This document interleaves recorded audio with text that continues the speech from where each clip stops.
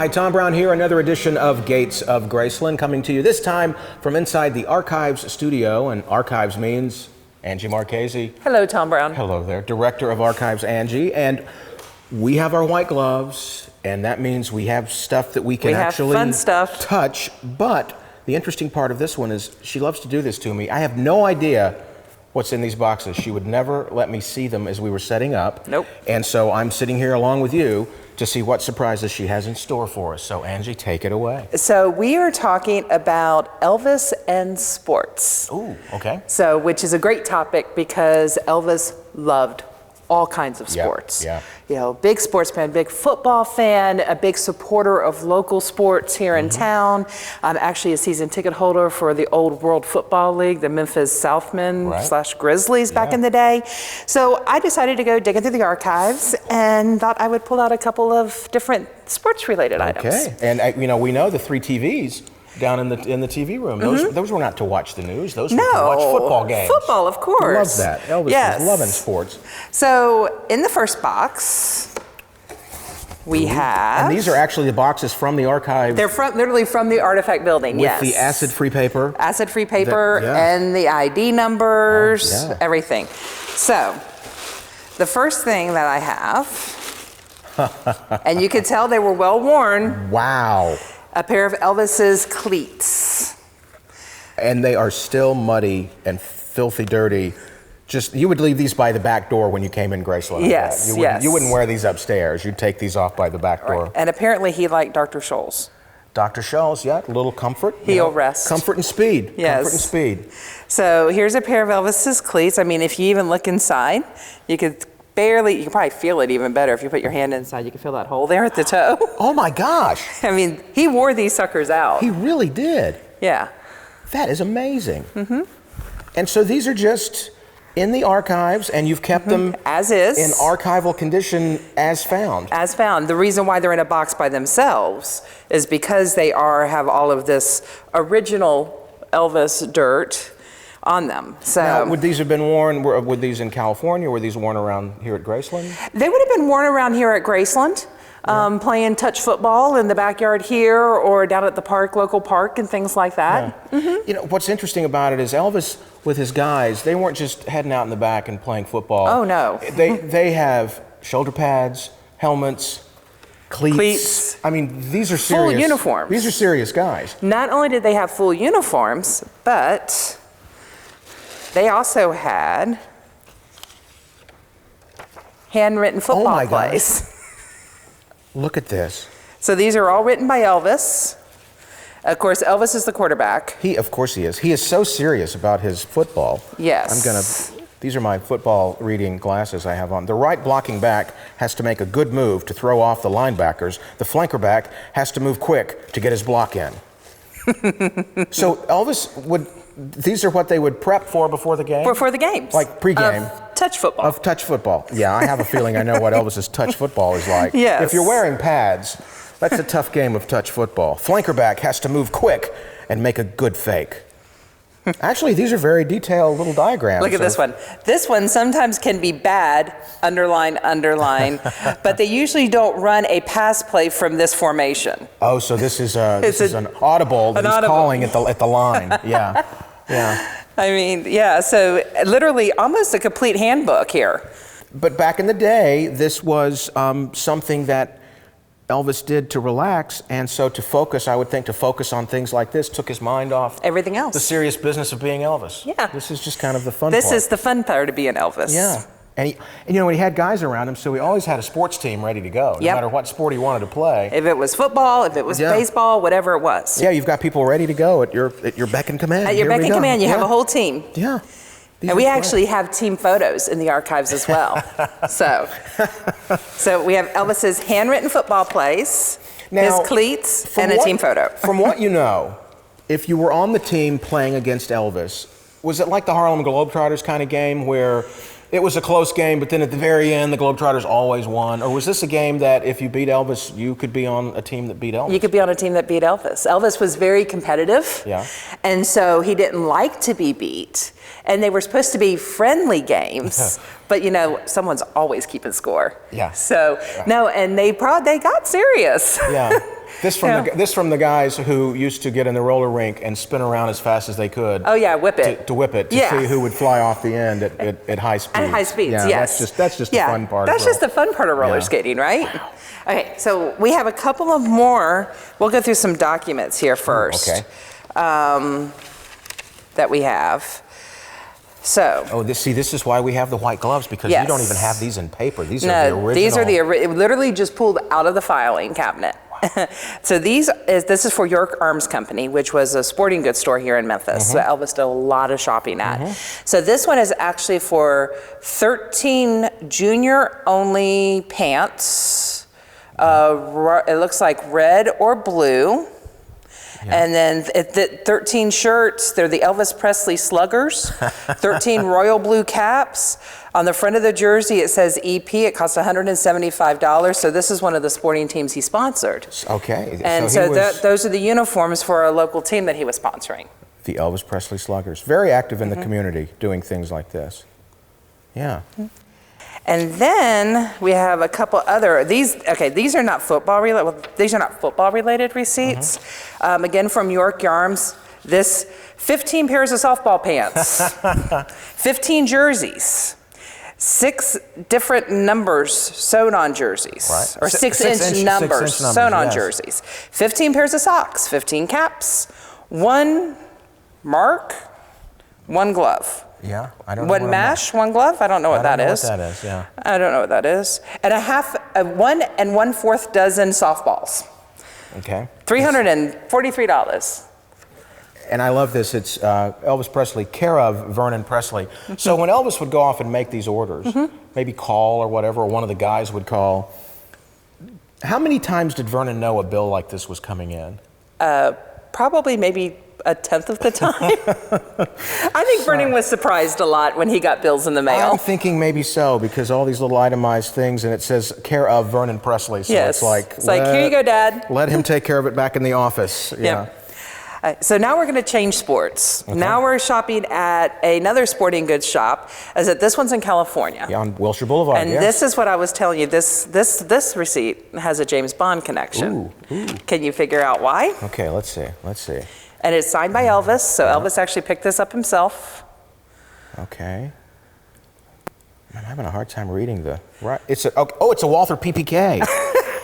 It's a pistol. It's a pistol, the gun of choice. A Walther PPK. Of James Bond. Of James Bond, yes.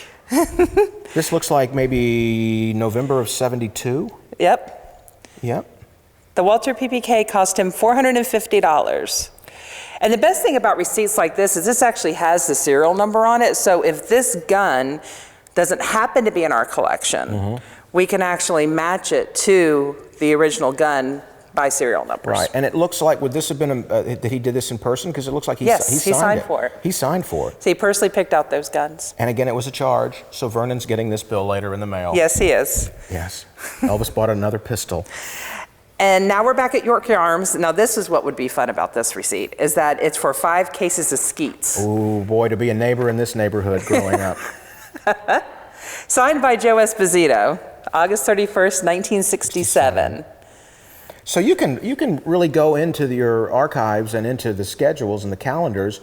So August 31st, would this have been around Circle G times? It would have been around the Circle G times. So the guys were probably out at the ranch or here at Graceland. I was saying hopefully at the ranch, but you never can tell. You never can tell. And somebody went skeet shooting. Yeah, well, Doug sold $20 worth of skeet to Elvis Presley, salesman Doug. And also a cleaning kit.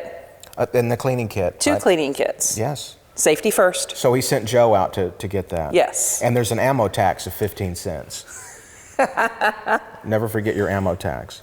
York Arms. I bet Elvis had a loving relationship with York Arms. Yeah. Because actually we have receipts back in the collection back to the 50s with Elvis shopping at York Arms. Yeah. So if you had a gun shop or a sporting goods store, or especially a car dealership in Memphis, 9 times out of 10, you would have seen Elvis. Eventually, Elvis is coming through your place. Elvis is making it his way down the road. Yeah. All right, well, we're jumping sports again. Okay, next. His 7th degree black belt for Kempo karate. Oh. Now, we know that Elvis started studying karate in the Army in 1958. Yes. And continued to study it his entire life. In 1974, he was awarded his 7th degree black belt from Kang Ree. and also from Ed Parker. I was going to say on recommendation of Ed Parker, instruction. Yeah. So he had a 7th degree in Kenpo and in Taekwondo, eventually earning an 8th degree in both. And this was not a celebrity black belt. This was an earned black belt. These guys don't kid around even if you're a celebrity. They're not going to give you a degree like this if you don't know what you're doing. Exactly. Yeah. So August 14th, 1974. This was one of those things I bet he was so proud of because it was an accomplishment, and he was such one of the first actors to really, coming back from the Army, one of the first actors to embrace karate, martial arts in films. Yes, and was very serious about it, very serious about the technique and the study of it.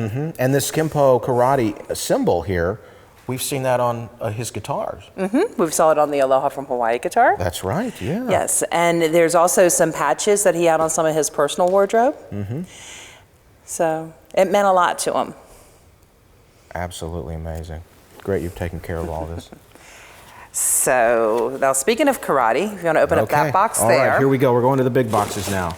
Opening up the archival box, direct from the Archives of Graceland. It's one of his karate gis? Yes. Oh my gosh.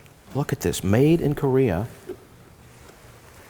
I don't know how much I can take it out. Can I really You can take it out, yeah. Oh, look on the back. There's a patch on the back. Oh my gosh. Yep. And there's a patch on the front right here. Yeah. You got a patch on the sleeves. Yep. And there is the Kenpo karate patch. There's pictures of Elvis wearing this gi in the late 60s, early 70s with Ed Parker. Wow, yeah. And the form and flow that the gi gave him when he was practicing karate and executing karate was something that he really wanted in his stage clothes. And this was the inspiration behind the first outfits that he wore in Vegas in '69 was the karate gi. The two-piece with the belt. The two-piece tunics. Yes. This was the inspiration. And I want to just show if we can turn this way to show the patch on the back. Yeah. Absolutely amazing. And not laundered by you. Well worn, as you can see. Yeah. Because you can see all of the wearing along the sides. Yeah. So yeah, well worn, well used. So. It's amazing. You ever think about the fact that when Elvis was here and he was using these, he was throwing them in the corner, using them, living life. Living life with them. And then you get them we now. have to put them in. And actually, I'll let you put this one back in the box. I will, yes, lift it up. And Lay put it carefully down. Tell us about when they're in these boxes, they're not on hangers. They're not on hangers. The boxes themselves are all acid-free boxes. Tissue is acid-free as well. And we do a 6-month inventory of all the wardrobe. So we check the boxes to make sure that everything in the boxes is okay, but we also flip the wardrobe. So if you have multiple things in a box, you don't have all the weight on one side of the box or the other the entire time. You flip it so you don't have creases and weight and stuff like that, and so it's equally distributed. Wow. So every 6 months, we're up here in the Artifact building flipping shirts and flipping wardrobe and double checking to make sure there's no issues and things like that, and knock on wood, everything's been okay. Yeah, you don't just store it away. We don't just put it away and forget about it. And these are some of the boxes that are seen now in the archive experience. Yes. At Elvis Presley's Elvis Presley's Memphis. These are the boxes that we use. Yeah. We have one more box here, and I think we're going back to football in this box. Oh yes, this is actually Elvis's personal. Oh my God, this is like a very famous top that we've seen in one of the photos with the group there. Yep. There it is. And again, if you turn it around, Elvis was lucky number 7. Number 7. But you can see all the sweat stains from perspiration. Yeah. It actually stained the number. Yeah. Wow. And I'm wondering, was there shrinkage or he was just this? This was his size. Wow.